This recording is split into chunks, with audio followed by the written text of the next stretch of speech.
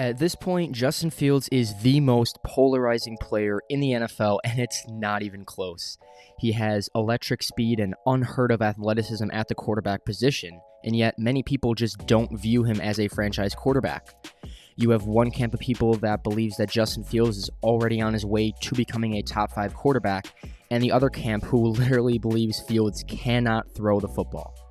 I'm here to hopefully bring more rational and understanding conversations to the Fields conversation by exploring his film and analytics, and ultimately answer the question of, is Justin Fields a franchise quarterback? The obvious place to begin when talking about Fields is his ability as a runner. Fields has world-class speed. He runs a 4.4 and consistently outruns not just linebackers, but defensive backs and safeties for explosive runs. Fields had 89 design runs and 70 scrambles on the season.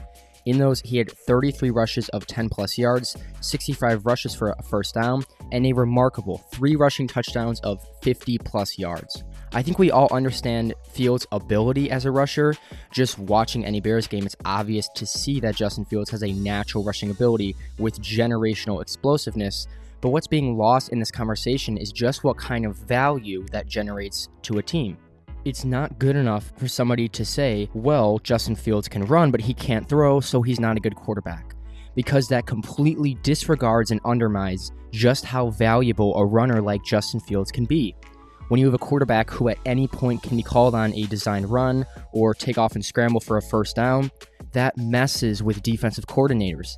As a defense, you now have to basically assign a defender to Justin Fields just so he doesn't totally wreck your defensive game plans. He averages 7.1 rushing yards per attempt, which is nearly impossible.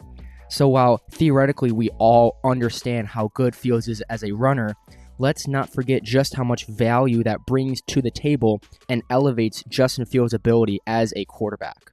What's next and ultimately the most important part of being a quarterback is passing ability. And right off the bat, I'm going to be point blank. Justin Fields at this point in his career has shown to be nothing more than a well below average passer with some really concerning tendencies. The film suggests that Fields struggles in 2 major areas, decision making and play under pressure. If Justin Fields ever wants to become the Bears quarterback of the future, he needs to weave out his poor decision making. There are way too many times on film he just doesn't see a safety over the top or linebackers lurking over the middle of the field. Or even if he does see a defender, he's way too reliant on his arm to fit a ball into a super tight window. Fields this season had 21 turnover-worthy plays, which is certainly high, but you can live with that if you're a guy like Josh Allen who throws 35 times a game and counters his turnovers with a league-high 44 big-time throws. It's also a cause for concern that Justin Fields hasn't really developed this part of his game, and he's already at the end of year 2. I just don't know at this point if it's even possible to erase or at least minimize this part of his game. Justin Fields' biggest struggle, though, as a passer is his play under pressure, which, honestly, I don't know if this is something that's ever going to get better. While it's true that every quarterback is better in a clean pocket, Justin Fields is especially bad under pressure. His pressure to sack rate is 27%, meaning 27% of the time there is pressure in the pocket, Justin Fields takes a sack. 14 of his 21 total turnover-worthy plays this season come in this same area. Just knowing how bad that Fields is under pressure, it's a real question the Bears have to ask themselves, which is whether or not he's ever going to improve this part of his game. The bottom line is he takes way too many sacks when he's not in a clean pocket and oftentimes makes poor decisions. It may seem like I'm being overwhelmingly negative about his season, but that doesn't mean that there aren't any positives because, believe me, there are. When kept clean, Justin Fields has a PFF passing grade of 74.5, which is the most stable metric year to year. I wouldn't even say that Fields is good when kept clean, but he's certainly much better than he is under pressure. I also love his ability to run play-action boots and just his ability as a passer when he gets outside of the pocket in general. He's also improved at keeping his eyes down the field instead of immediately scrambling when nothing looks open on his first read.